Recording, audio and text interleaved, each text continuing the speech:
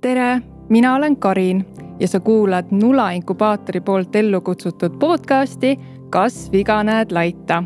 Siin saates räägime kõige suurematest ühiskondlikest teemadest, mis puudutavad igat Eesti inimest. Tänases saates on meil külas psühholoog ja unenõustaja Kene Vernik. Saates räägime, mis on unenõustamine ja kuidas enda uni ise korda saada. Räägime ka sellest, milline oleks meie ühiskond, kui kõik inimesed magaksid hästi ja kuidas me võiksime sinna jõuda. Avastuste rohket kuulamist.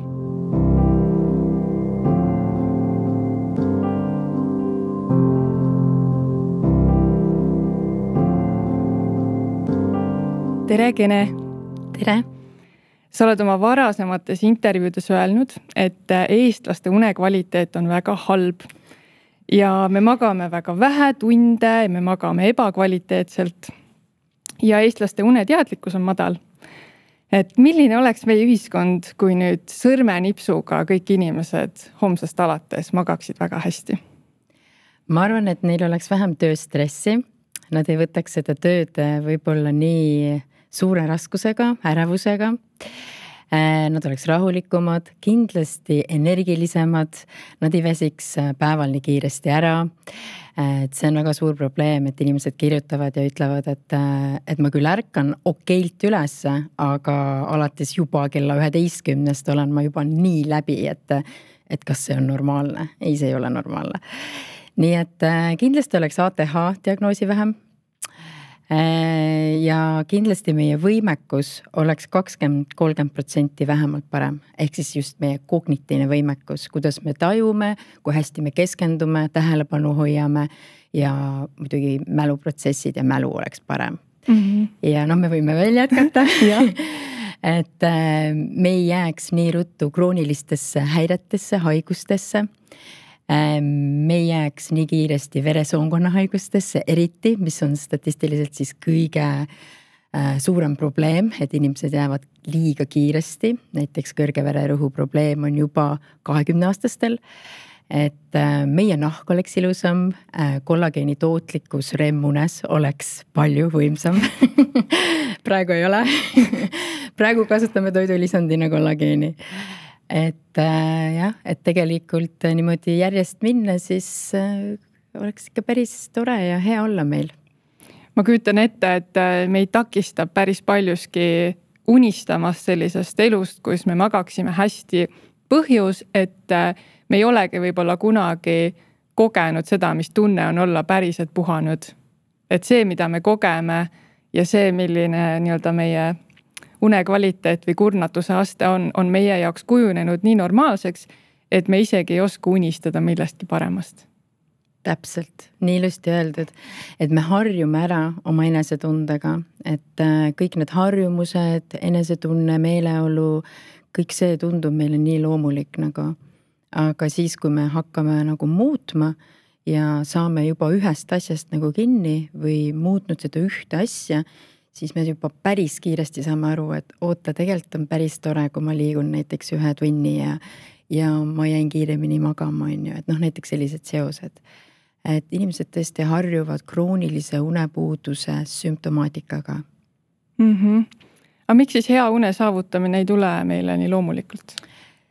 Üks asi on see, et me ikka veel ei tähtsusta seda und nagu kõige kõrgema vajadusena, et baasvajadustest uni on esimesel kohal, siis on toit, liikumine ja nii edasi. Et me võime näljas olla päris pikalt, aga unepuuduses me ei ole nii pikalt kui näljas. Nii et see juba näitab midagi. Nii et et ei tähtsustata ja me elame sellises keskkonnas, mis soodustab vähest tund. Meil on palju selliseid negatiivseid stiimuleid, me nimetame. Stiimuliks võib olla näiteks mobiiltelefon, keegi, kes on sinu kõrval, kooseluna elate nii-öelda, tema ei tähtsusta seda, lähete koos magama kell 2 öösel, kuigi sina oled juba ammu väsinud, siis tööelu, et ka Eestis on ikkagi päris pikad töötunnid, et see võiks ka ära lõppeda ükskord, et kuidas me siis tõesti ei ole näinud longituuduuringuid, metaanalüüse, mis näitab, et aju kognitiivne võimekus on 6 tundi maksimaalselt, et milleks siis 8 või 10 või 12 teha. Nii et ja lapsed, et lapsed on väga suur koormus, tundub, et me ei räägi enam nagu sellest perekondades tihti, et et nii tore ja nii lahe, kui nad sündisid ja elu läks nii ilusaks, vaid päris palju tuleb seda, et issand, kui raske on pärast seda nagu. Raske on mitte vajuda depressiooni. et ja bioloogiliselt ka inimene on tegelikult nagu nõrgemaks läinud, et seda me näeme nagu uuringutes, kuidas inimesed on vastuvõtlikumad kroonilistele haigustele ja meeleoluhäiretele. Et jah, me oleme sellest nüüd ka rohkem teadlikumad ja me räägime sellest ja võib-olla tuleme rohkem kapist välja nii-öelda, aga tegelikult oleme me juba ühiskonna poolt varem ära rikutud ja sünnime juba nagu bioloogiliselt nõrgemana. Et mis on nagu kurb. Ja kui me sünnime siia ühiskonda, mis laastab ja annab oma panuse, siis on raske hakkama saada selles keskkonnas. Väga pikk imelik vastus, aga põhimõtteliselt, jah. Ja näiteks ühes intervjuus sa rääkisid ka pikemalt sellest, kuidas laste koolirežiim on hästi nagu kahjulik neile ja ma enda peas, ma ei tea, saingi kuidagi selle mõtte või mis ma nagu kokkuvõttena sealt võtsin, et me tegeleme vaimse väärkohtlemisega, et see on nagu sellisel tasemel nagu ränk režiim tegelikult nagu laste jaoks. Ja me nüüd avastame seda järjest enam, eks ju, et meil on Z-generatsioon on suureks kasvanud, alfad hakkavad suuremaks kasvama. Me tuleme nagu ikkagi väga kinnisest ühiskonnast ja riigina oleme me väga noor. Et me oleme jah, liberaalsemad ja sotsiaalsemad nagu muu maailma suhtes, aga geneetiliselt oleme ikkagi nagu väga nendes vanades asjades mingil määral nii-öelda nagu kinni või fundamentaalselt on meil nagu raske nii kiiresti avaneda, kui kiiresti on riik arenenud. Et selles mõttes nagu me ei tule kaasa nii ruttu ja näiteks koolides või lasteaedades me näeme ikka veel päris nagu range metoodikaga õpetajaid, et jah, paljud on palju leebemad ja nooremad on nagu toredad, aga ikkagi on sellist fundamentaalset rangust, ütleme siis nii. Aga milliste muredega sinu kui unenõustaja poole pöördutakse? No minu peamised patsiendid 20 aastat peaaegu nüüd on olnud, et esimene, ütleme, 10, 12, 13 aastat olid siis rasked unetud ja üldiselt diagnoositud üldistunud ärevushäirega või tervisärevusega. Ravimisõltlased. Et psühhiaatrid ja arstid suunasid nad mulle, sest midagi enam ei ole nendega teha, et mis me siis teeme, et me ei saa lihtsalt ravimit maha võtta. Ja und ka ei ole. Et see klientuur on nagu säilinud, aga juurde on tulnud siis noored emad ja perekonnad, et lapsed ja noorukid ja nad tulevad selle probleemiga, et nad ei jää magama, nad ei uinu nii kiiresti kui vaja, uneaeg on lühenenud, nädala sees magatakse 5-6 tundi, nädalavahetusel 10-12 tundi, et see uni on lihtsalt niivõrd ebaregulaarne nii täiskasvanute seas kui siis ka laste seas, et lastel peaks olema just rutiinis. Nii et jaa, aga tööstress ja ärevushäired on minu nagu põhiteema ja sealt siis kaasuvana komorbiidselt siis unetuse häire kroonilist laadi. Kas sellist laadi patsiente on ka, kes on niimoodi, kellel on nagu raskusi unega, aga kes ikkagi, et kui suur osa neist saavad nagu sellise perfektse une lõpuks, et nad lähevadki ja mul on nüüd korras ja et siin võib-olla siis öeldagi, et tihti me läheme näiteks psühhoterapeudi juurde või psühholoogi juurde, et tee mind korda, ma ei taha enam selles ärevuses olla, ma ei taha viha tunda ja ma tahan nagu lõplikult väga hästi magada. Et selles mõttes, et sellist perfektset tund, mida me võib-olla guugeldades vahepeal saame, et 8,5 ja ilma ärkamisteta ja täiesti värskelt ärkad üles nagu täiesti teise inimesena. Ilma äratuskellata on. Ilma äratuskellata, et see on võimalik saavutada, aga inimesed on väga individuaalselt erinevalt, et neil on erinevad probleemid, bioloogiline alus on erinev, nende traumad on erinevad, et kas me saame nüüd kõik inimesed täpselt 8 tunniks magama, siis see on jah võimatu.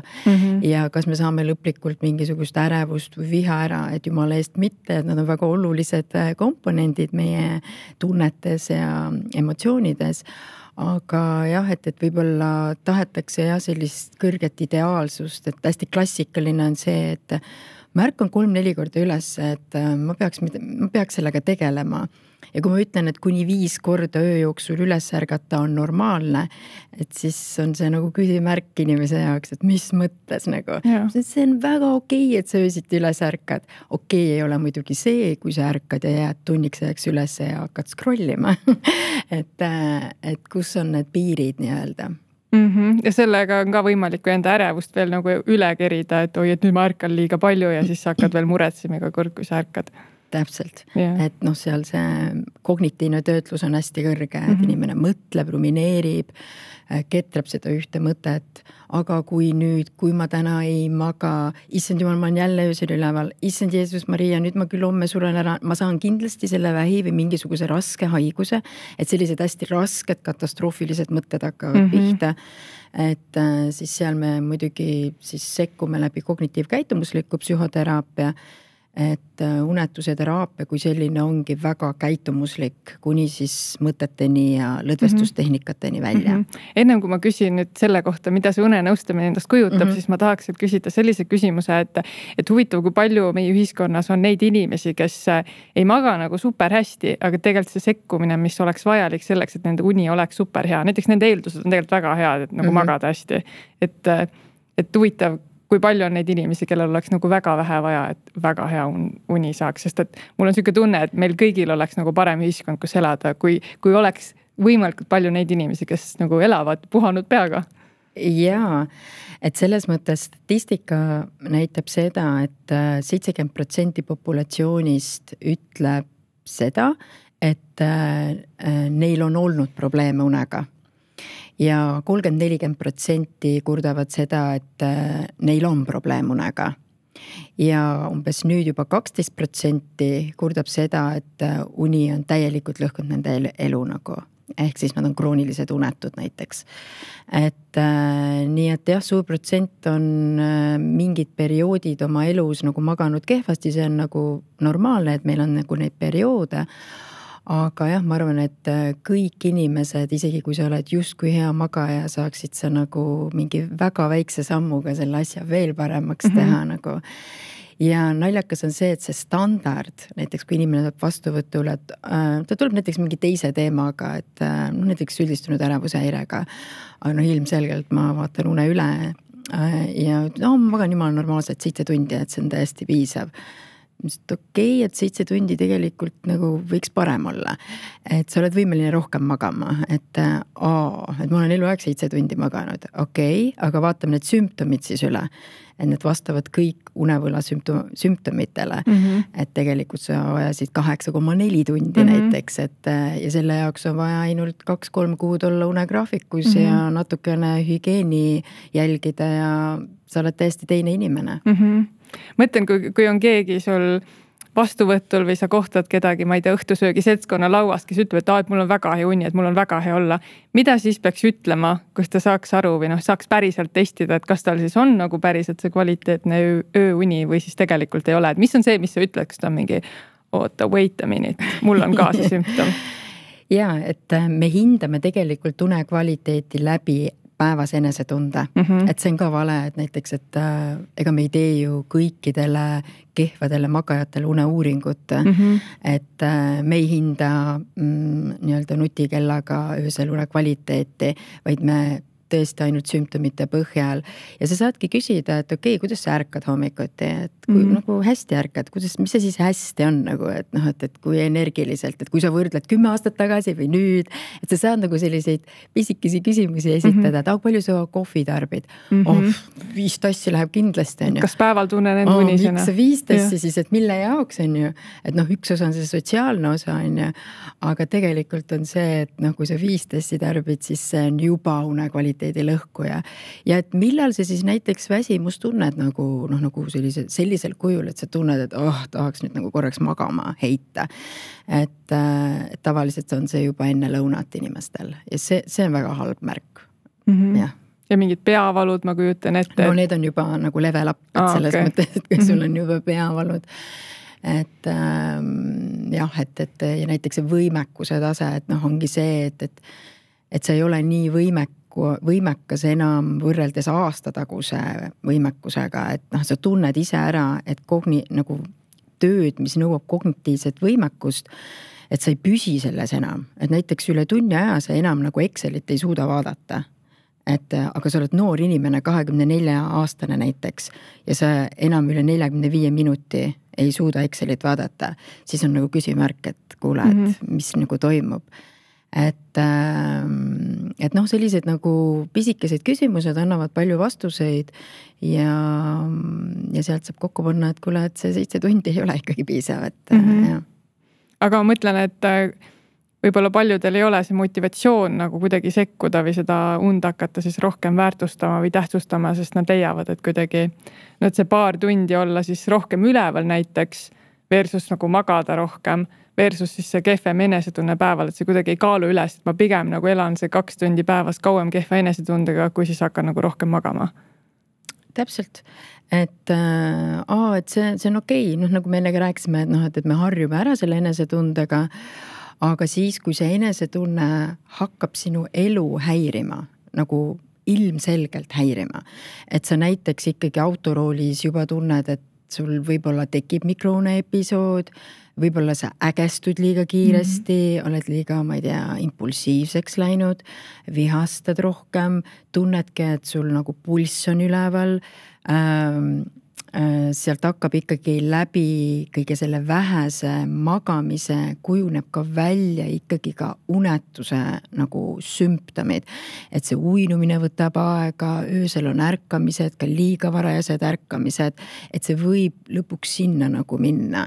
Ja kui sa oled juba sellises kroonilises unetuses, kus ei juhtu enam niimoodi, et 11 lähed voodisse magama, vaid jääd kell 1 öösel magama. Et siis sellest väljatulek on väga raske. See ei ole enam lihtne teekond, et see on ikkagi selline võib 3-6 kuud aega võtta kuni aasta. Et taastada siis kogu bioloogiline unerütm, ehk siis tsirkadiaanne rütm ja kõikidest nendest harjumustest vabanemine, ehk siis aga minu aeg ongi õhtul, minu lapsed jäävad kell 9-10 magama, siis on minu aeg, töö lõpeb kell 9, ma ei tea, koosolekud asjad nagu, et ei tohi nii, et sa teed seda une arvelt, kõige olulisema arvelt. Ja sinu aju on ju harjunud sellega, et sul see adrenaliin ja siuke elevus hakkab juba kerima sellest, et sa oled alati harjunud näiteks, et kell 9 saabub nagu see minu aeg, nagu see fun. Jaa, see kehal on assotsiatsioon nagu selle käitumisega, mida sa õhtul kell 10 teed, näiteks scrollid või mida iganes, et juba see dopamiin, see on selline sõltlase käitumine, et juba, et kell on 6, juba kell 9, saaks juba lapsed varem magama või ma ei tea, mis iganes. Et see ongi väga sarnane nagu sõltlastega, et nii juhtubki, aga jah, et see kortisool ehk siis stressihormoon ja adrenaliin tõusevad ka, kui sa igapäevaselt vähem magad oma keha jaoks, et neerupealmised hakkavad seda kogu aeg tootma, ka öösel toodab keha nii-öelda kortisooli ja adrenaliini pisut rohkem ja sealt siis hakkab see krooniline unetus ka kujunema näiteks. Aga ka see, et näiteks kui sa oled kogu aeg stressis ja kortisooli peal, et see tohutult nagu kulutab keha ja paneb sind käituma juba teisiti näiteks sa hakkad rohkem süsivesikuid tarbima. Nagu paratamatult esimene asi hommikul, et kui sa muidu, ma ei tea, sõid, ma ei tea, muna peekoniga, siis sinna kõrvale tuleb nüüd banaan ja siis lõuna ajal tuleb, võtan ikkagi koogi ka, et noh, et sa kogu aeg tunned, natukene tuleb seda süsivesikut juurde, see süsivesik on ülioluline, et kui me oleme nagu stressis, siis aju tahab ja läheb kaitse nii-öelda mehhanismi peale ja hakkab seda süsivesikut nagu säilitama või tahtma. Ja ükskõik kui palju sa nagu üritad või teed, ikkagi selle ühe kommi asemel läheb 2 nagu. Ja siis, mis juhtub, on siis hakkab see kaal ka tulema ja jah. Siis oled veel rohkem stressis ja siis tahad veel rohkem seda suhkurt. Siis lähed veel hommikul vara trenni äkki, mis on väga vale tegu, kui sa oled näiteks vähese unega või kroonilises unevõlas olnud ja veel unetu, et siis me kohe ikkagi sellist kõrge pulsi sagedusega trenni hommikul ei tohiks teha, sellepärast, et sa oled nagu adrenaliin ja kortisol juba täis ja siis sa paned veel nagu korraliku sellise trenni otsa, et siis seal meil need infarktitajad tulevad, et seda on ka päris palju. Siin on veel, nii palju on neid müüte veel, mida purustada, ma arvan ka trenni kohta, aga sinna me ka kindlasti jõuame. Ma tahaks veel küsida, et mis siis hakkab juhtuma, kui unenõustaja poole pöörduda? Mul on vahepeal selline tunne, et kuna ma olen palju rääkinud sellisest nagu võib-olla karmimatest sekkumistest, kui muidu psühholoogid või unenõustajad räägivad, et siis jah, kõik on teaduspõhine ja kahjuks peame karmimalt sekkuma, et see asi nagu päriselt nagu muutuks teie elus. Et ma olen hästi käitumuslik terapeut, et nagu ma ütlesin ka, unetuse puhul me alustame ikkagi unekava nagu korrigeerimisega, et hästi spetsiifiline asi, me teeme unerestriktsiooni tehnikat ja une kasvatamist, et seal siis tulebki sulle endale individuaalne plaan, baseerub sinu vajadustele, aga samas nagu nihutab seda mugavust päris palju. Ma toon näite, et vastuvõtul klassikaliselt tuleb inimene, kes läheb 10 voodisse, aga magama jääb kell 2. Ja ta on seda aasta või 2 teinud, et ta läheb kell 10 voodisse, et ikkagi äkki tuleb varem uni. See on ju õige käitumine. See on õige käitumine, et noh, et ma ikkagi olen rahulikult ja ta teeb lõdvestusharjutusi ja võib-olla mediteerib ja teeb, ta on juba hästi palju panustanud sellele, et nagu kõigele selle lõdvestusele, aga see ei muutu, sellepärast, et sinu unesurve, sinu adenosiin ja melatoniin saavad kokku praegu öösel kell 2, mitte kell 10. Et see on praegu selline juhtunud niimoodi läbi selle mitmete aastate nagu käitumiste. Ja me peame siis panema siin nüüd kell 2 öösel magama, ehk siis enne 2 sa voodisse ei tohi minna. See on selline lihtne näide. Nii mitte intuitiivne tegelikult, kui nüüd mõelda, et tahaks ise enda und korda saada, et kuule, et nüüd lähedki nagu kell 2 magama. Ja siis hakatakse seda taastama nagu nii-öelda ettepoole. Aga noh, see kõlab nagu karmilt, aga efekt tuleb juba sellise nädala-kahega tuleb juba väga kiiresti. Ta parandab une kvaliteet umbes 90% see tehnika. Et ta on väga võimas, aga ta on selles mõttes, kuna minu vastuvõtul on ikkagi ärevad, depressiivsed, tööstressis inimesed ja öelda talle, et kuule 2 nädalat lähed kell 2 öösel magama, ükskõik kas magad või maga, et siis seda maha müüa nii-öelda on nagu huvitav. See ongi osa tööst, vaata peadki maha müüma. Aga tihti jõuavad inimesed minu juurde ikkagi läbi kellegi, et soovitatakse, et ma sain abi. Et siis nad teavad juba, mis neid ees ootab, et nad peavad päriselt oma elu muutma. Muidugi saab teha mitte nii karmilt ka ja saab ka nagu on leebemaid meetodeid. Nii et me alustame ikka sellest, et inimene ise ka motiveeritud seda tegema. Et päris nii ei ole, et kui sa nii ei tee, et siis uks on seal, et see on ikkagi nagu ikka psühhoterapeudi ja patsiendi vahel on koostöö, aga vastutus läheb kliendile nagu ikka. Nii et jah, see on sellised esimesed sammud ja siis hakkab selline reeglid, sellised tugevamad reeglid ja piirid, et mida sa tohid ja mida sa mida sa tohid ja mida sa ei tohi teha, et ja suur asi, mis tänapäeval on siis ikkagi see, et see oma aja leidmine, et paratamatult me seal nutiseadmes ikkagi passime ja oleme, aga et selle scrollimise või ekraani vajaduse saaks nagu ära võtta õhtul. Et siis see on nagu suur töö, et kuidas siis näiteks, ma ei tea, noorel emal või täiskasvanul mehel saada siis 10-12 ekraanivaba aega.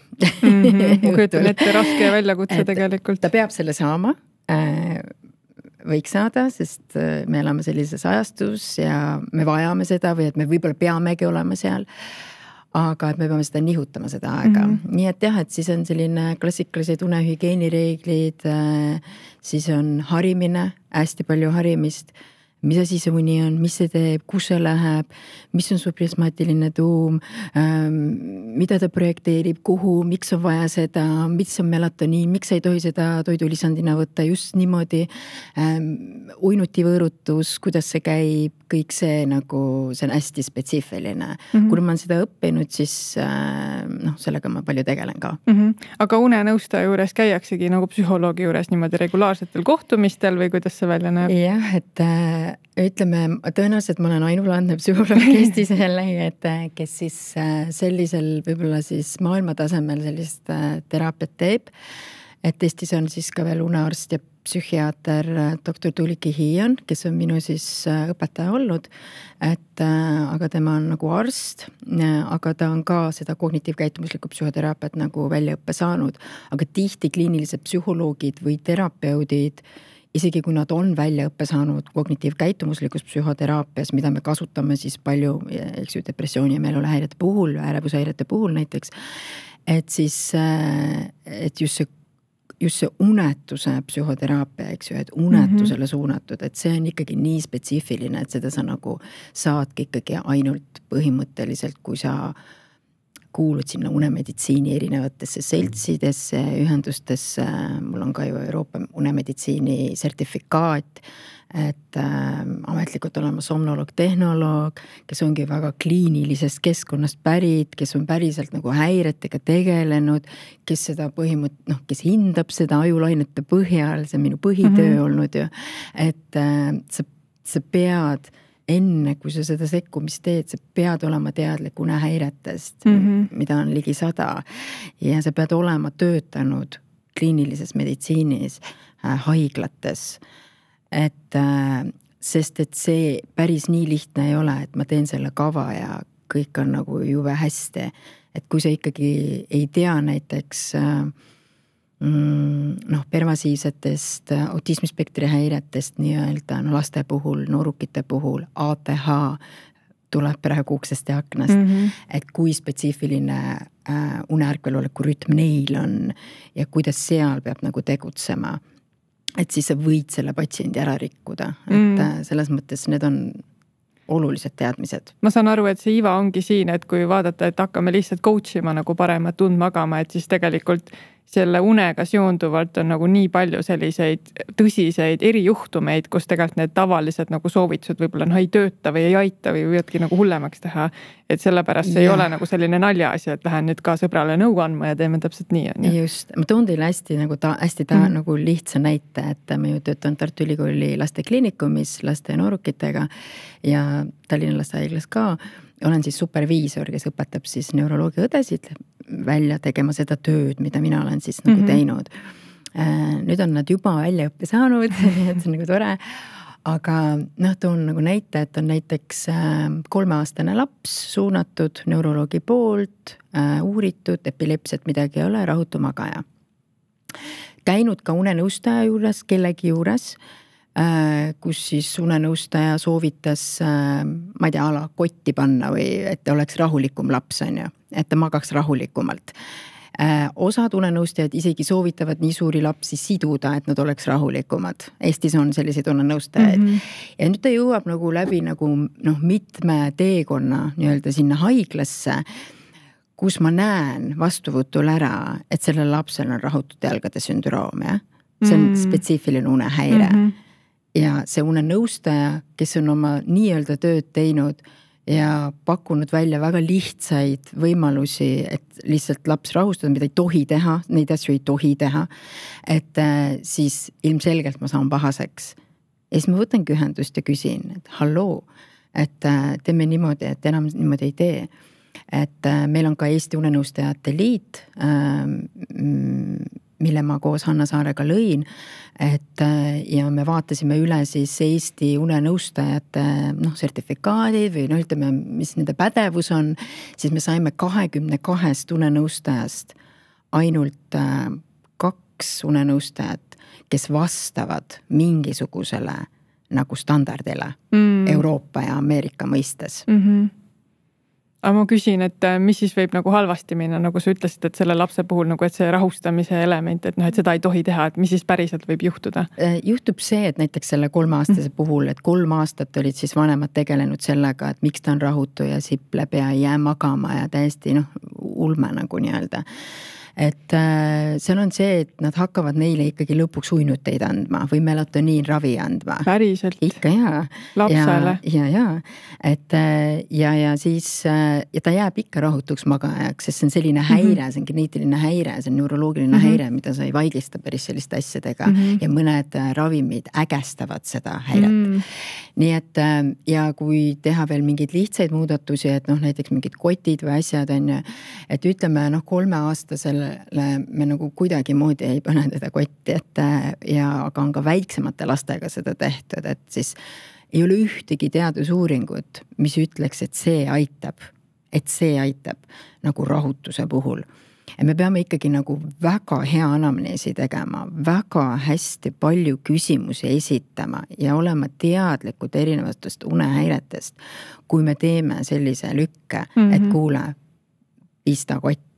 Või siis teine näide, et laps on rahutu magaja, ala 4-aastane, hästi klassikaline, käinud paljude arstide juures, lõpuks jõuab meie kabinetti, me näeme ära, ta on suuhingaja, tal on suu lahti. Nagu lihtsalt. Et eks tal on olnud suured adenoidid, mida pole ära võetud näiteks, aga suuhingamine rikub une kvaliteeti ja tekitab ka rahutust, et nad pidevalt ärkavad üles või siplevad, sätivad nii-öelda asendit, et nad saaks hingata paremini. Ja mõtle, kui see laps on nagu 4 aastat olnud nagu raske suuhingaja, et siis nende laste puhul ongi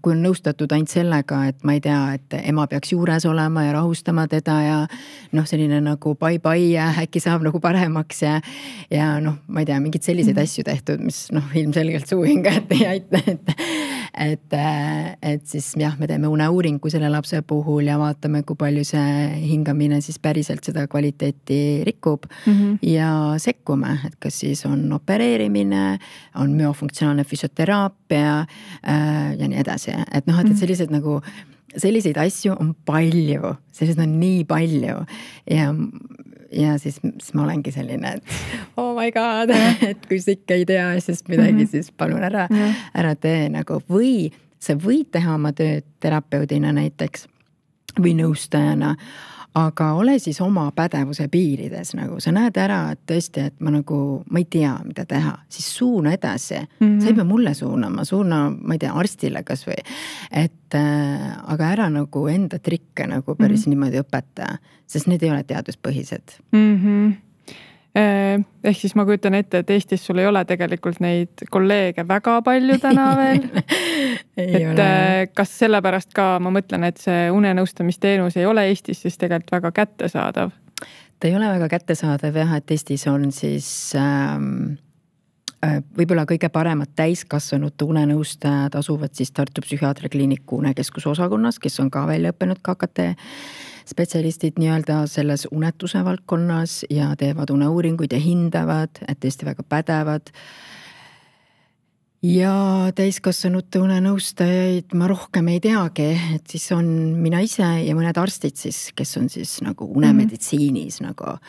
ja laste unenõustamises on muidugi see pilt väga-väga erinev, eriti beebide unenõustamises, et seal üldiselt sellist kõrgharitud magistrikraadiga inimest sa kindlasti ei näe, et sa näed võib-olla kõrgharidusega mingis teises valdkonnas inimest, kes on saanud võib-olla 3-4 koolitus välismaal ja siis tal on võib-olla endal 3-4 last ja siis tal on hea kogemus nagu, ta on kogemusnõustaja, jah, et selles mõttes seda sa võid välja reklaamida, aga meil on siin Eestis ka selliseid nõustajad, kes nimetavad ennast unearstideks. Mina ei ole näiteks unearst, ma ei saa seda nimetada, sest ma pole arstiharidusega, aga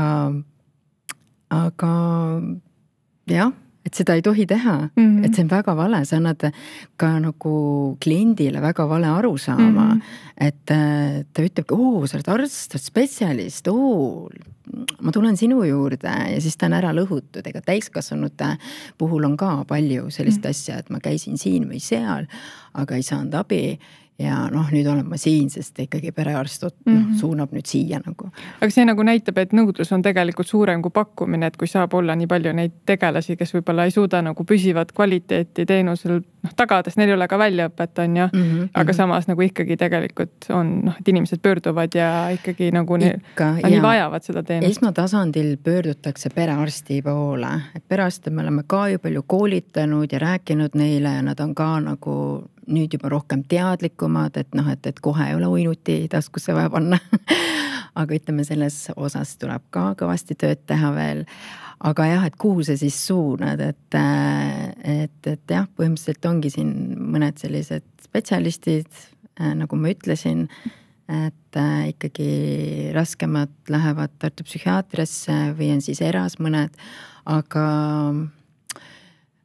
üldiselt nagu võib-olla nagu patsient või klient nii-öelda kardab ka seda unenõustamist, et mis teenus see siis ikkagi on, et eks ta siis ainult, ma ei tea, võib-olla soovitab mul nutiseadme ära panna.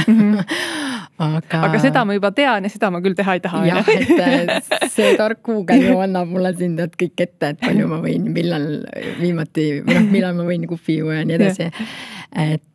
Aga järelikult pole probleem nii suur, tema puhul on ja, aga lõpuks, kui sa oled ikkagi aasta olnud unetu, sa oled sinisel lehel, siis nad võtavad ühendust, et mina ka nagu pakun individuaalnõustamist veebidel, aga jah, me oleme ikkagi suht nagu ülerahvastatud, et ka unearstid on oma erakliinikutes või riiklikes, lasteosakond on väga hullus olukorras, sest et nüüd me arendame nii-öelda Eestis siis riiklikes haiglates nii-öelda unekeskust ja seal olengi mina nii-öelda see spetsialistina ja arendan siis, et lõpuks toimuks ka lastele õige unehäirete diagnostika ja ravi nagu ja haiglad on väga-väga valmis seda nüüd tegema ja meil on olemas need unekeskused või unemõõtmisvõimalused ka. Päris väike seltskond siis, kellele mingis mõttes nagu kogu see ühiskondlik koormus on nagu peale pandud, et me oleme sellises olukorras.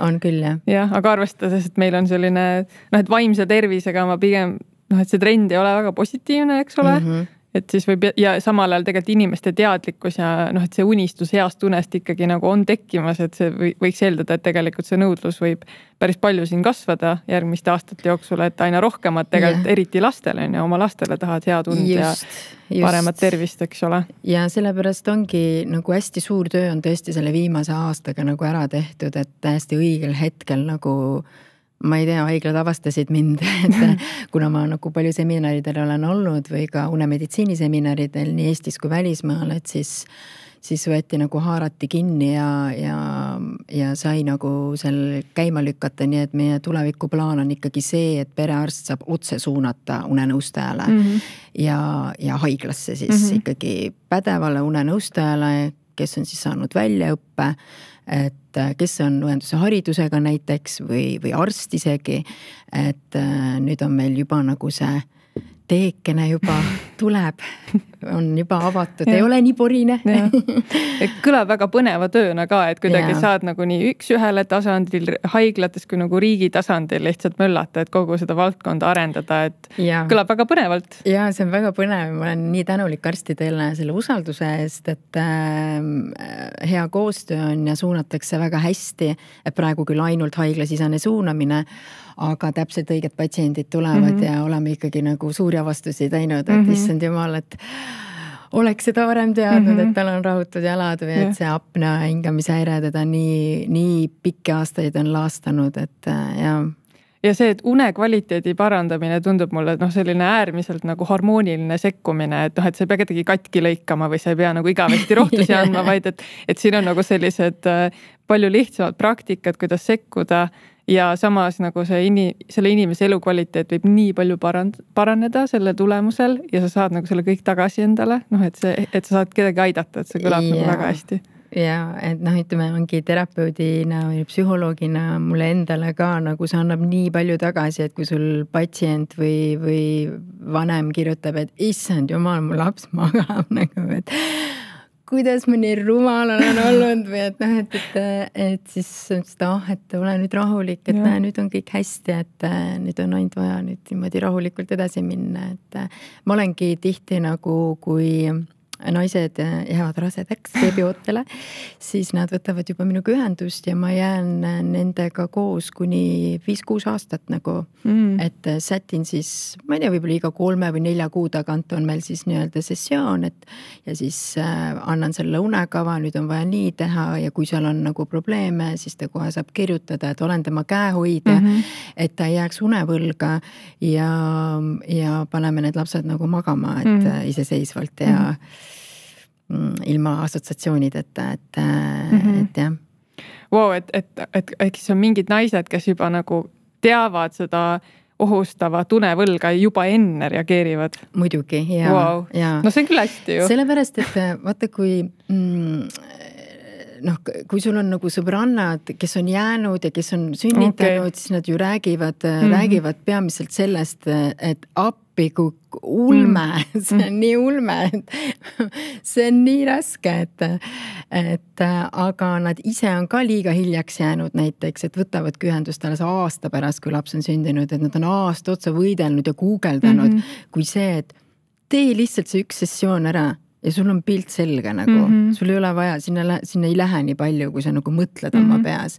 Et see on nagu väärt igat senti, et vähemalt patsiendid on seda öelnud, et see on mulle väga lihtne teha, see ei koorma mind nagu kuidagi moodi. Sest sul on see väljaõppe juba? Ma olen ju ikkagi teaduste magister, et arengupsühholoogia on teada värk, et sa pead ikkagi neid nüansse teadma, et mis siis juhtub, eriti näiteks unefüsioloogias on ju, et mis siis täpselt juhtub ja mis ma pean tegema, et jah.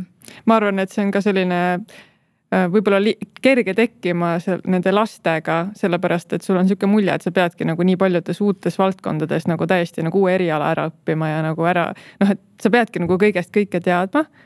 Ja siis tekib ka selline tunne, et ma pean nüüd ka selle une kohta kõike teadma. Aga tegelikult on nagu inimesed, kes on nagu palju aastaid õppinud, et sina ei peaks nagu seda kõike ära õppima.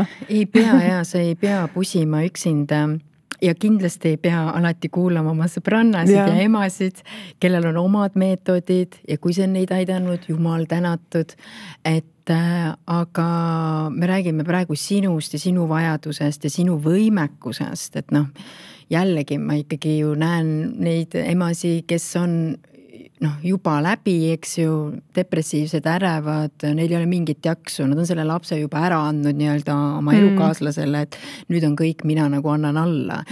Et aga jah, et seal on nagu kindlad käigud, mida me teeme, et mis aitavad kohe tegelikult. Oletame, et inimene ei ole veel jõudnud sinna maale, et hakata unenõustaja poole pöörduma, aga ta näiteks kuulab seda saadet ja mõtleb, et et ma ei tea, et mul vist ikkagi mingi see unetuse sümptom ikkagi on ja nagu natuke paha närgata ja nagu natuke lappes on ka see unerütm ja kõik. Et siis kuidas mis on nagu need esimesed, ma ei tea, sammud, mida teha, milles me paljud eksime, et oma uni ise korda saada? Noh, tegelikult kõige lihtsam samm on see, et me nädalavahetusel hakkame nagu und korrigeerima. Et me ikkagi viime ta selle uneaja sarnaseks selle nädalasisese ajaga. Et kui sa pead nädala sees ärkama näiteks kell 7, et siis nädalavahetusel ei ärka kell 10, vaid ärkad 8 või 8:30. Et sa võid tund-poolteist kauem magada oma tavapärasest ärkamisajast. Aga see ei oleks nagu nii rööpas nii-öelda, et nagu nii suures nihkes. Ehk siis 1,5 tundi on nagu maksimum? No see on nagu lubatud ja noorukitel on natuke rohkem, et me oleme lubanud 2 tundi, aga jah, et täiskasvanul selline tund-poolteist. Ja sealt hakkab kõik pihta, et kui sa juba seda korrigeerid, siis sa hakkad juba pühapäeval varem magama jääma, juba on nagu ööuni pikem ja hoiad seda tempot mitmeid kuid, kogu aeg hoiad seda tempot. Ja siis vaatad, et kas uni äkki nihkub veel kuhugile poole, et äkki sa hakkad varem magama jääma. Aga selle jaoks tuleb siis juba järgmine samm teha. Et enne magama minekut mitte ekraanis olla sellisel kujul. Et noh, meil ei ole enam niimoodi, et kui ma 10 aastat tagasi rääkisin seda, et tund enne magama minekut pange ekraanid kinni, et siis nüüd ma räägin seda, et ärge telefoni voodisse võtke. Aga enne voodisse minekut võite telefonis olla. Aga see on niimoodi vahetult, et oled telefonis mingi tund aega ja siis viskad pikali ja siis üritad magada? Jah, paned telefoni laua peale ja siis lähed voodisse. Okay. Aga sa ei tohi olla pikali nutiseadmega voodis, et sa ei tohi seal seda tegevust teha. Sellepärast, et keha õpib ära nii-öelda selline klassikaline tingimine, paviljoni efekt, ehk siis nagu kehale assotsieerub voodi aktiivse kohana nii-öelda. Seal sa oled ju see dopamiin ja värk ja särk ja töötad ja sööd ja vaatad telekad ja kõik asju. Et siis kohe automaatselt, kui see keha sinna voodisse läheb, ta saab aru, et nüüd hakkab pihta, nüüd ma olen ärgas. Ja nüüd on vaja nagu seda. Nüüd on vaja ja ta ei suuda rahuneda, nii et me peame nagu õpetama keha voodis magama, mitte olema ärgas. Ja sellepärast kõik tegevused võetakse voodist välja, nii et see ongi see teine samm, et võtame nüüd kõik asjad sealt voodist välja. Aga kui nüüd mõni inimene ütleb, et ma kujutan ette, et neid inimesi on tegelikult väga palju, kes ongi scrollivad niimoodi enne magama jäämist või mängivad midagi, et tegelikult see aitabki neil rahuneda, aitab nagu päevased mured peast välja saada, mingid mõttetuid asju nagu vaadata ja teha ja tegelikult nad nagu jäävadki rahulikuks ja tegelikult saavadki uinuda tänu sellele paremini. Et isegi kui sa oled hea magaja ja oled näiteks scrollija enne magama minekut oma voodis, et siis sa võid teha näiteks testi, 2-3 nädalat läheb aega kehal ikkagi, et harjuda sellega ka. Aga scrolli lihtsalt voodist väljas. Sa võid seda teha, sa võid oma aju rahustada niimoodi, kui sa tahad nagu. Aga vaata, mis siis juhtuma hakkab, et üldiselt on see, et kui sa nagu diivanil ära scrollid ja lähed voodisse, hakkad sa kiiremini uinuma, veel paremini uinuma. Ja võib juhtuda, et sa hakkad ka natuke varem voodisse minema. Et seal on nagu väiksed pisikesed nüansid, aga jah, aga üldiselt kui su uni on hea, siis mu pärast vaata öösiti podcasti ja YouTube'i ja jää magama. Aga lõppkokkuvõttes nad loobuvad sellest. Sest et su uni on hakilisem, sa ärkad tihti üles, et kontrollida seda, mida sa just vaatasid või kuulasid, et näiteks ka white noise või helide kuulamine uinumise ajal ei pruugi olla just kõige parem mõte, et eriti su keha harjub sellega ära, see on negatiivne uneassotsiatsioon, ehk siis uinumiseks ma vajan abi ja keha harjub selle abiga ära ja ta vajab seda kogu aeg, see ongi see nii-öelda sõltuvus. Ja ta hakkab ka öösel kontrollima. Kas see käib? Kas see on? On küll, ühe silmaga vaatan. See on kui hea. Aga kas see võibki olla, et ma scrollisin selleks, et magama jääda ja nüüd ma ei öösel ärkad üles ja et tegelikult tahaks nagu veel. Et kas see toimib ka telefoni puhul? Jaa, et tihti niimoodi ongi, et näiteks inimesed, kes ütlevad, et aga ma ärkan 3 korda öösel ülesse. Et mis sa siis teed, kui sa üles ärkad? Vaatan telefoni, mis kell on. Aga nüüd me enam kella ei tohi vaadata, sellepärast, et sa ärkasid sellepärast ülesse, sest su kehal oli vajadust vaadata seda teha seda tegevust. Päriselt, niimoodi kohe. See ei ole niimoodi, et ma siin muus heast ärkan üles, see on treenitud ärkamine, see on see, et sa oled natuke ärev, sul on siin vaja kontrollida neid asju, et kontrollida näiteks kella, et seda kella vaatamine on täiesti keelatud. Ehk siis, kui sa näiteks õhtuti voodis harjutad ennast mingit asja tegema, on see siis, ma ei tea, vaatad telekat või ma ei tea, võib-olla vestled kellegiga, noh, et see on kogu aeg, et siis sa öösel hakkad nagu üles ärkama, et ka seda tegevust nagu teha või meenutada. See võib nii olla jah, et see oleneb sellest tegevusest ja selle tegevuse intensiivsusest ja kui kaua sa oled seda teinud, et sellest saab nagu harjumus, siis see muutub negatiivseks, et alguses tundub väga hästi, nagu laste puhul ka, et paneme white noise'i juba hea, on ju, et siin 3 kuud magab nii hästi, uinub, aga siis võib juhtuda väike switch, et vaata nagu rahutumaks on jäänud. Enam ei jää nii kiiresti magama selle heliga. Paneme võimsama heli.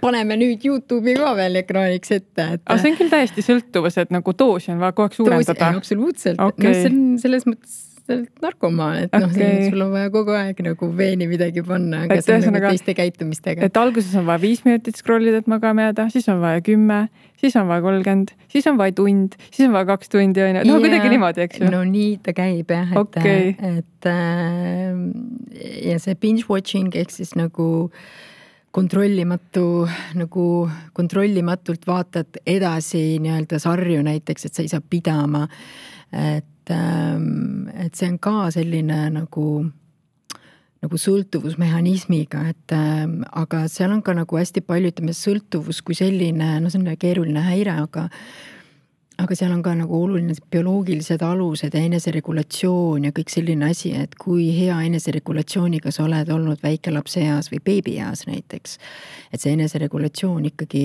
juba kujuneb juba siis, kui sa hakkad sünnid nii-öelda, et kui sind on vaigistatud kogu aeg rinnaga, et sa ei nutaks, siis sa ei ole oma emotsiooni iseseisvalt reguleerinud. Ehk siis, kui sa saad negatiivse emotsiooni, need tunned pahasti ennast, siis sul on kohe vaja stiimulit, sul on kohe vaja midagi. Aga et üksi sellega olla korraks, näiteks minut aega beebil nutta, et siis see ongi see, mis arendab seda eneseregulatsiooni. Tihti need lapsed, kellel ei ole see väga hea, et on näiteks reageeritud liiga kiiresti, et siis võib juhtuda, et nad ongi rahutumad või lähevad kiiremini tantrumitesse, nad ei suuda ära regullida nii-öelda seda ja hiljem nad on ka vastuvõtlikumad nagu erinevatele sõltuvustele. See on selline üks osa sellest teooriast, nende sõltuvusmehhanismi teooriast, aga jah, et seal on ka palju sellist bioloogilist alust ja kõike seda. Et jah, nad on vastuvõtlikumad. Aga kas sa saaksid kirjeldada mingit sükest ideaalset õhturutiini siis selleks, et hästi magama jääda? Sest ma kuidagi siia tahaks veel lisada, et mul endal oli mingisugune murranguline hetk nagu päriselt hea unerütmi saavutamise juures. Ei olnud mitte see, et minna iga päev samal ajal magama, mida ma nagu kogu aeg aastaid üritasin, et lähedki samal ajal magama, võivad nagu seda hästi regulaarsena. See ei tööta nii hästi, kui oli hästi regulaarne ärkamisaeg. Et see ärkamisaeg reguleeris mu magama nagu uinumise hetke nagu nii ära, et mul lihtsalt tekkis see uni nagu iga päev sama kell. Aga kui hommikul oligi, et 15 minutit siia poole, pool tundi sinna poole, jälle tunnike sinna, tunnike tänna, no et siis oli see õhtu ka seal lappes ja jää magama. Ja täpselt, et nagu ma alguses ka ütlesin, et sa reguleerid hommikust ärkamist, et sellest hakkabki tõesti kõik pihta nagu. Aga mis see küsimus oli? See õhturutiin, et kuidas siis ennast? Et õhturutiin selles mõttes, et me hästi magama jääks, uinuks kiiresti, algab juba hommikuse unehügieniga, ehk siis kõik, mida me päeval toimetame ja teeme, toetab seda unesurvet, ehk siis seda sleep drive'i, aga unerutiin kui selline, ehk siis vahetult enne magama minekut, ega see unerutiin ei pea olema väga pikk protsess, et et paljud unetud on läinud siin, ma ei tea, 3 tunni peale ja nagu ma ütlesin, teevad mingid imeasju, et seda ei ole vaja teha, et unetud me võtame rutiinist välja kõik, et nad ei teeks seda enam, sest et tegelikult see on negatiivne neile juba. See toidab ärevust. See toidab juba ärevust, et kuule, ma pean ettevalmistusi tegema, ma pean kontrollima. Ja kui ma ei tee, siis läheb kõik lappesse, issand jumal, küll täna jäi hingamisharjutus vahele, nüüd raudselt magama jää, juba sa toidad. Aga selline 20 minutit enne magama minekut, 20-30 minutit, paned oma asjad kinni, teed selline hambapesu, sul võib olla näiteks mingi lõdvestustehnika küll, aga just nagu füüsilisele kehale, näiteks venitustehnika või progressiivne lihasrelaksatsioon, klassikaline pingutan, lõdvestan tehnika, yin-yoga, ülihea asi, et sellised nagu lihtsad asjad, 10 minutit ja siis läheb pikali, sest et inimene uinub ainult siis, kui ta on lõdvestunud kehaga. Et me ei hakka näiteks, kui me läheme voodisse, et siis inimesed lähevad siia. Okei, nüüd ma mõtted ja niimoodi, et noh, et ei, me alustame nagu kogu kehast, et see oleks lõdvestunud ja siis vaatame nagu, mis siin peas toimub nagu, et okei, aga keskendud rohkem sellele, et keha oleks lõdvestunud. Et sellel peal ju ei olegi enam nii palju nõudmisi, kui kehas lihtsalt tuli mõnus olla, et siis tahadki ju lihtsalt sellele keskenduda, et noh, et täpselt, nii mõnus on olla. Et sa hakkad nagu, see unetrenn, mis ma teen ka, üks selline unetreeningu kursus, et seal on ka siis see, et sa peaksid hakkama tundma seda hõljumise tunnet ikkagi nagu, et see nagu keha läheb hästi kergeks. Et see tuleb läbi trenni, aga need on nagu väga lihtsad harjutused, ei pea nagu mingit tohutuid asju tegema. Mul on veel siin 2 sellist võib-olla nagu sellist levinud arvamust, ma arvan, mida ma olen kuulnud ja mida ma olen ka ise mõni aeg arvanud, millele tahaks nagu mingit selgust saada. Et üks on see, et on päriselt võimalik üle magada.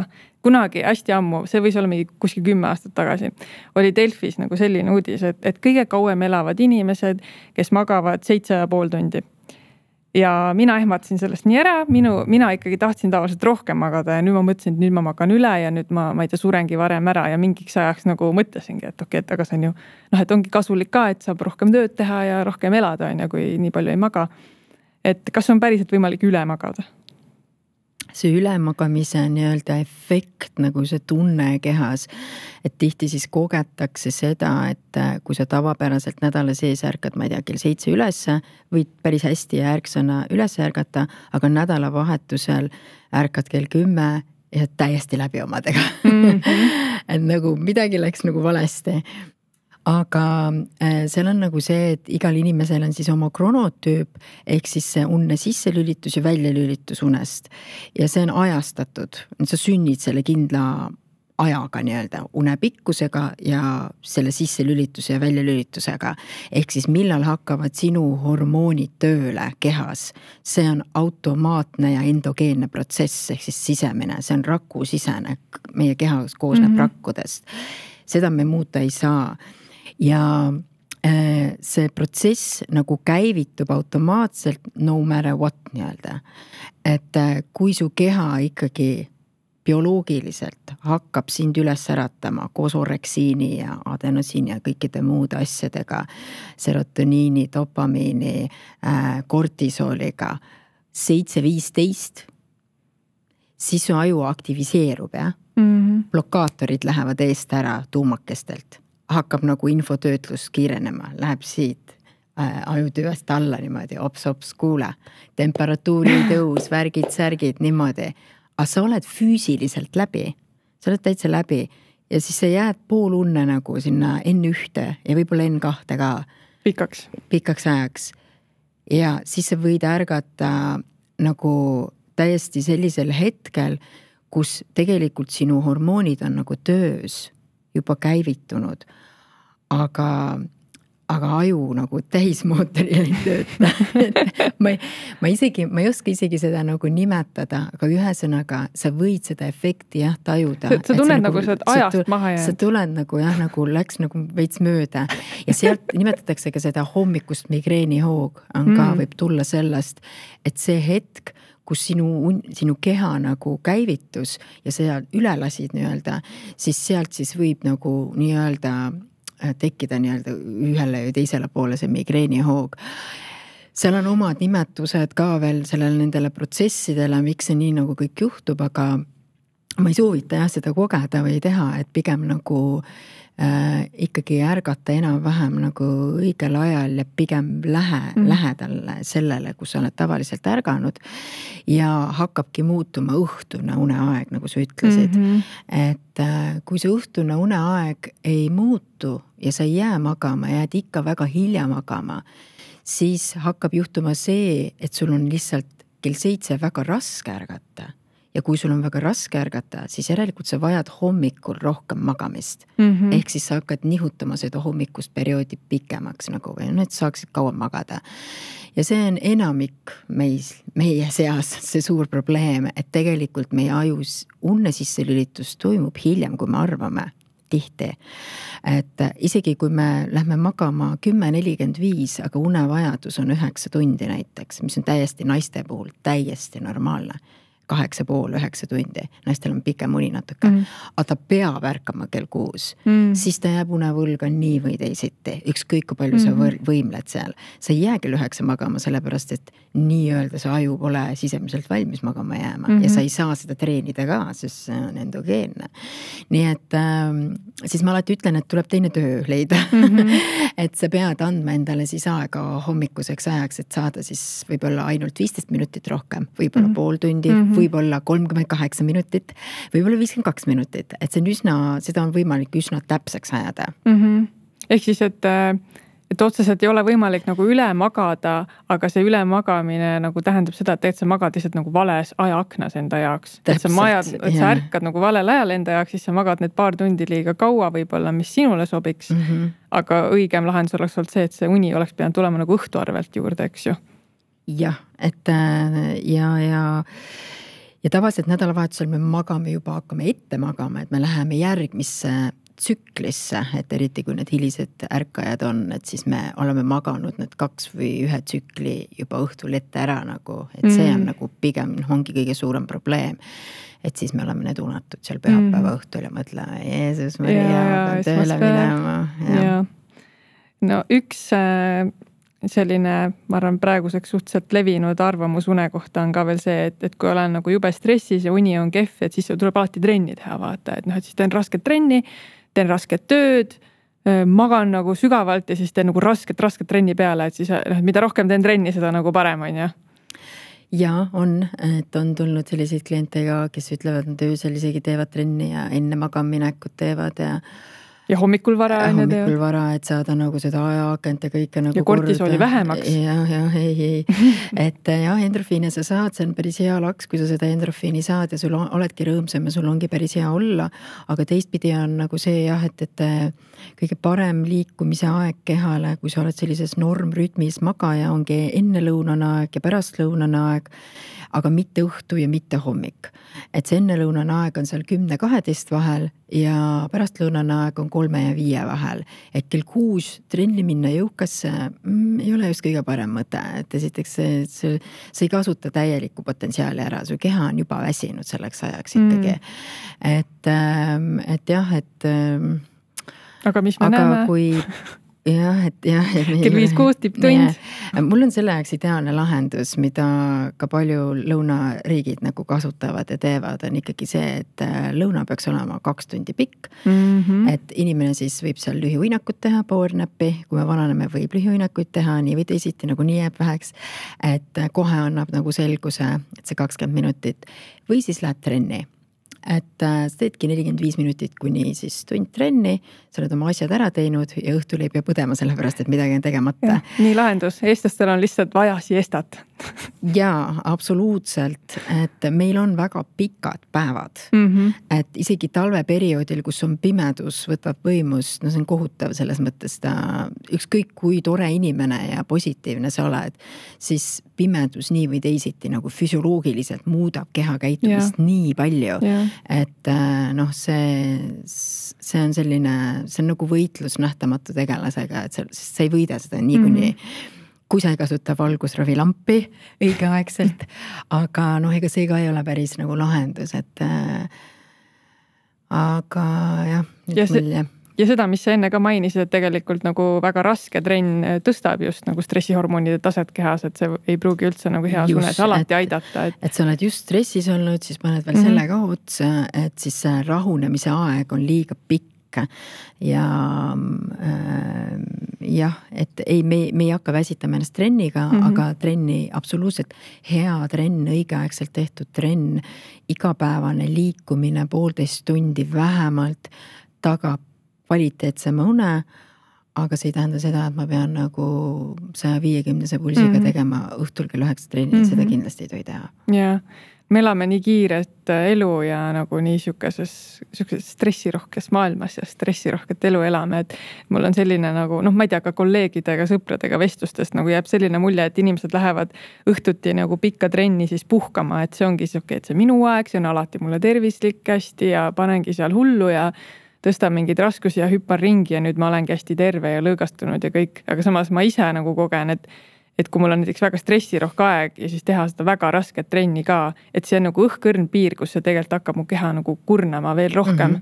Et tegelikult trenn on ka kehale koormus, see on ka nagu, see ka väsitab, et ka sellest on vaja taastuda, et kõik asjad on omavahel seotud, et see päris nii ei ole, et teed muudkui rasket tööd ja möllad ringi ja nagu magad natukene vähem ja siis lähed veel teed üliraske trenni peale, et see ongi nagu see sinu taastumisaeg. Et ei, et kehal on vaja nagu päriselt nagu ülikvaliteetselt lihtsalt horisontaalis olla nagu mingid ajad, et nagu seda kogu seda koormust nagu üle elada, eks ole.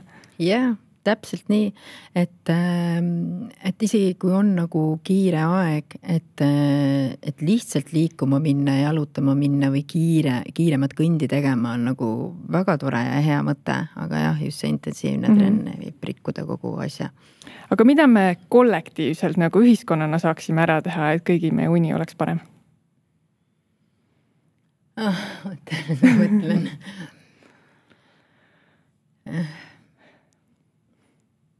Kas sa tahad mulle rohkem lahti seletada, mis sa kollektiivina nagu mõtled, et kas see on nagu kõik inimesed, kes siin riigis elavad, et kuidas me saame panustada heale unele või hea une tervisele? See on üks variant, et ma arvan kindlasti tegelikult sellest teemast saaks rääkida palju tunde, on et kõik need probleemid igal pool siin-seal, eks ole, aga kui ma nüüd mõtlen, et kellelgi nüüd tekkis idee, oled sa näiteks, sul on oma firma või sa oled õpetaja või ühesõnaga igal elualal, eks ole, või sa oled ema või isa või, et meil kõigil on nagu mingi roll selle keskkonna kujundamisel, et siis mis oleksid nagu need sammud, mida ka enda pere, enda kogukonna heaks ära teha, et see uni hakkaks nagu paranema.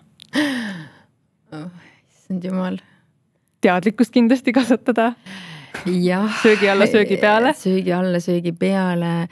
Ma lihtsalt mõtlen, et isegi kui ma seda teadlikkus olen tõstnud, või individuaalselt näiteks inimeses või selles kollektiivis, et sul on see perekond vastuvõtul, kõik oma laste, emade, isade, vanaemadega, et oleme tegelenud sellega, sekkunud, harinud nagu. Ühel hetkel hakkab nagu ikkagi nagu minema, eks ju, nagu, et ei lähe ikka seda joont mööda nagu, et aasta me võime olla nagu ideaalses unerütmis, aga midagi on ikkagi, mis nii tohutult mõjutab nagu. Ja nagu läbi nende aastate ma olen nagu aru saanud, et see meie ühiskond, see tööühiskond, mis meil on, selline üsna kommunistlik ühiskond minu jaoks.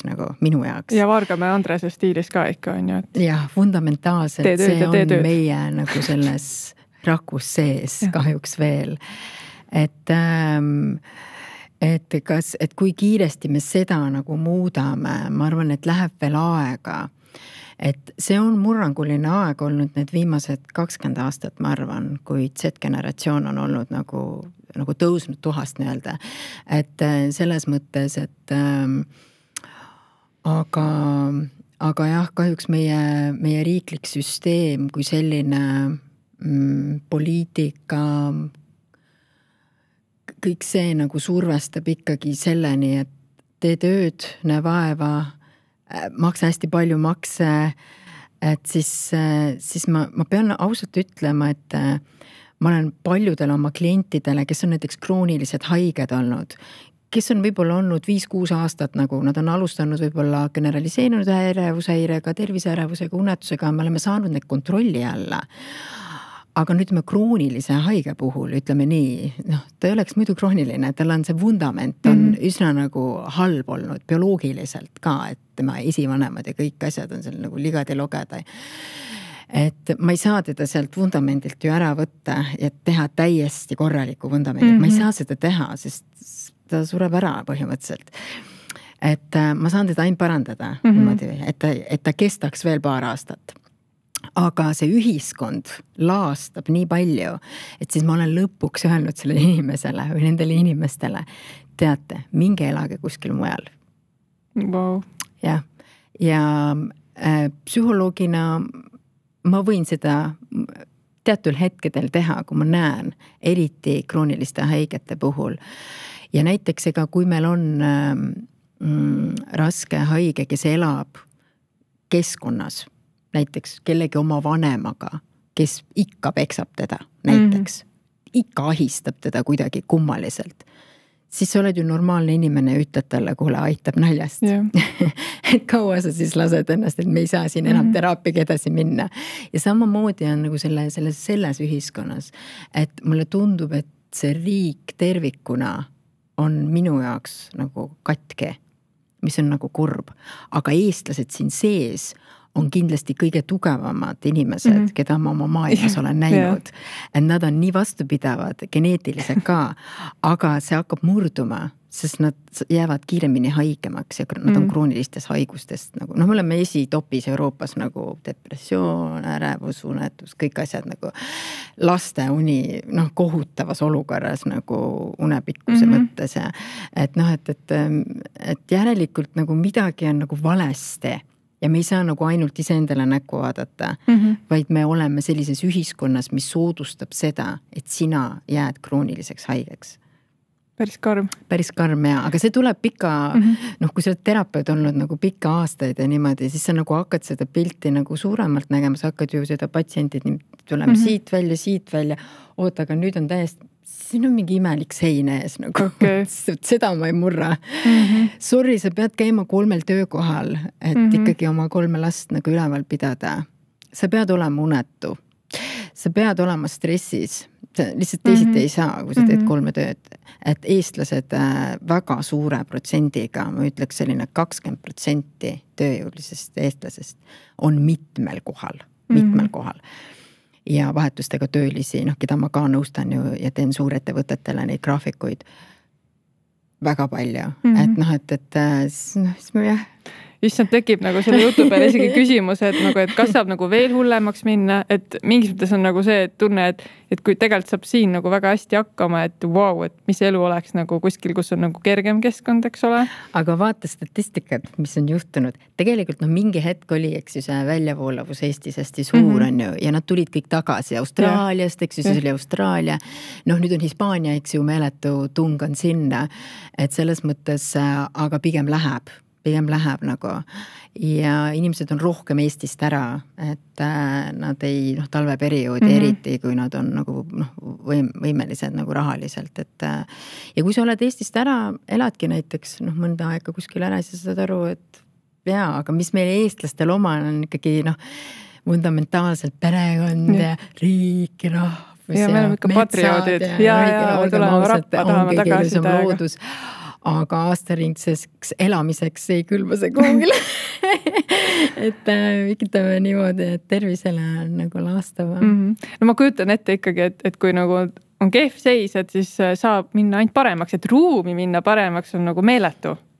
Mida ka oma eluaja jooksul võib-olla nagu on lootust kogeda, et ikkagi läheb paremaks. Jah, kui ühiskond teeb keskkonna paremaks, kui ei tee, siis ei lähe paremaks. Seda võib garanteerida. Et sest ma ütlen, see sein on ees mingi hetk, nagu sa võid ise olla ülitubli ja teha kõik nagu, aga sa lihtsalt ei saa, sa lihtsalt lähed poodi ja maksad ennast nagu oimetuks, et siis sa ei saa ju. Kuidas sa seda muudad? Jah, see on väga keeruline olukord. Hea kuulaja, kui sa oled ise kokku põrganud mõne ühiskondliku probleemiga ja sul on idee mõnest uudsest sekkumisest, mille peaks kindlasti Eestis ära tegema, siis esita see Nula inkubaatorisse. Nula on kodanikuühiskonna sihtkapitali ja Heateo sihtasutuse koostöös sündinud programm, kust leiad toetava kogukonna ja kogenud mentorid, kes aitavad sul oma ideed ellu viia. Inkubatsiooniperioodi lõpuks võid saada ka kuni 33 000 eurose starditoetuse oma algatuse käima lükkamiseks. Uuri lähemalt veebilehelt nula.ee ja pane oma idee teele. Ja nüüd tagasi episoodi juurde. Aga nüüd siia saate lõppu, kas on veel midagi, mida sa tahaksid meie kuulajatele, vaatajatele siia südamele panna, mis kas jäi ütlemata või sai öeldud või tahaks nagu üle korrata? Ja väga head küsimused olid, väga hea vestlus oli minu meelest ja võib-olla siis nagu psühholoogina, mida ka psühholoogide liit nagu alati nagu innustab ja palub, et me ikkagi seda, et patsient või klient, kes otsustab psühhoteraapiasse tulla või nõustamisele, et ta ikkagi vaataks selle inimese tausta üle, kes ta on. Et tegelikult väga paljud inimesed baseeruvad ainult sotsiaalmeedia ilusale reklaamile. Nad ei vaata üldse tausta. Et siin oli ka üks selline väike uuring, et küsiti inimeste käest, et kes olid siis käinud psühhoteraapias või psühhoterapeudi juurde ja läinud, et siis pooled nendest ei olnud tausta uurinud. Nad olid läinud ainult reklaami või selle sotsiaalmeedia ilusa pildi järgi. Et tegelikult võtke see inimese nimi lahti, guugeldage, vaadake, mis ülikoolid ta on lõpetanud, millele ta baseerub nagu. Sest et need hinnad ei ole just kõige odavamad. Ja ma ütleks niimoodi, et oma kogemusest ma näen ikkagi palju nagu seda, et nad tulevad kuskilt väga halva nõustaja juurest ja ära rikutud, eriti lapsed. Kene, suur aitäh sulle selle üliväärtusliku vestluse eest ja aitäh ka sulle, hea kuulaja ja vaataja, et sa olid meiega. Kohtumiseni!